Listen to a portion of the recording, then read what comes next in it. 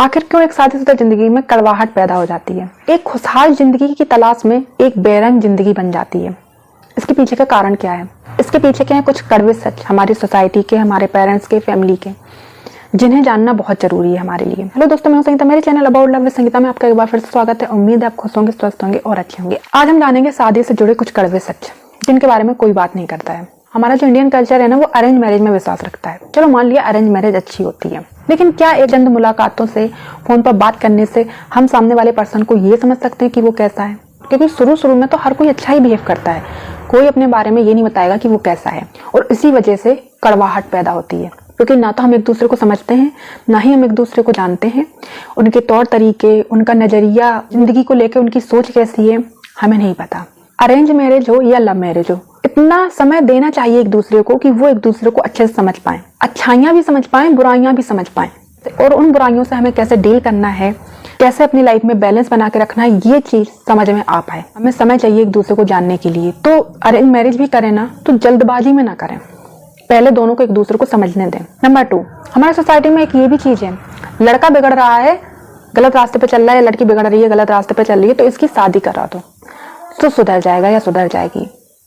क्या गारंटी है कि शादी के बाद सुधर जाएगा या सुधर जाएगी? जब आपने उसे 20 से 25 साल तक पाला, पोसा, बड़ा किया, आप उसको सुधार नहीं पाए, अब आप दूसरे के मत्थे डाल रहे हैं उस बिगड़े इंसान को कि वो सुधार ले। वो क्या इसलिए आपके घर में आ रही है कि वो सुधार ले? उसे अपनी जिम्मेदारी से पीछे छुड़ाने के लिए आप दूसरे पे जिम्मेदारी डाल रहे हैं।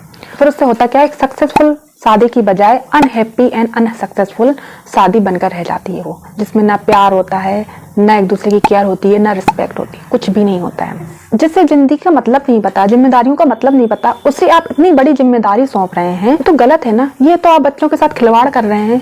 पहले आप अपने बच्चों को दुनिया की समझ तो दे लीजिए, जिम्मेदारी की समझ तो दे लीजिए, तब तो शादी कराइए।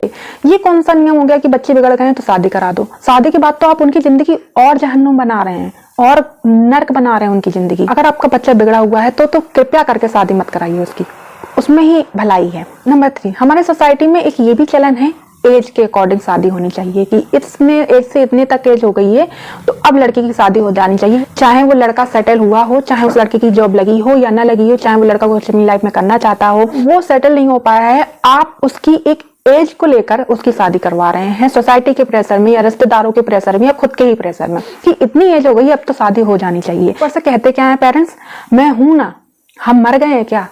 जिस तरीके से तुम रह रहे हो उस तरीके से वो भी रह लेगी, 4 रोटी ही तो एक्स्ट्रा लगेंगी। एक शादी में सिर्फ 4 रोटी की बात नहीं होती है, बहुत सारी जरूरतें होती हैं, बहुत सारी। शायद आपका समय निकल गया, आपने उन जरूरतों को महसूस नहीं किया या आपने निकाली, लेकिन आज की जनरेशन नहीं निकाल पा रही है।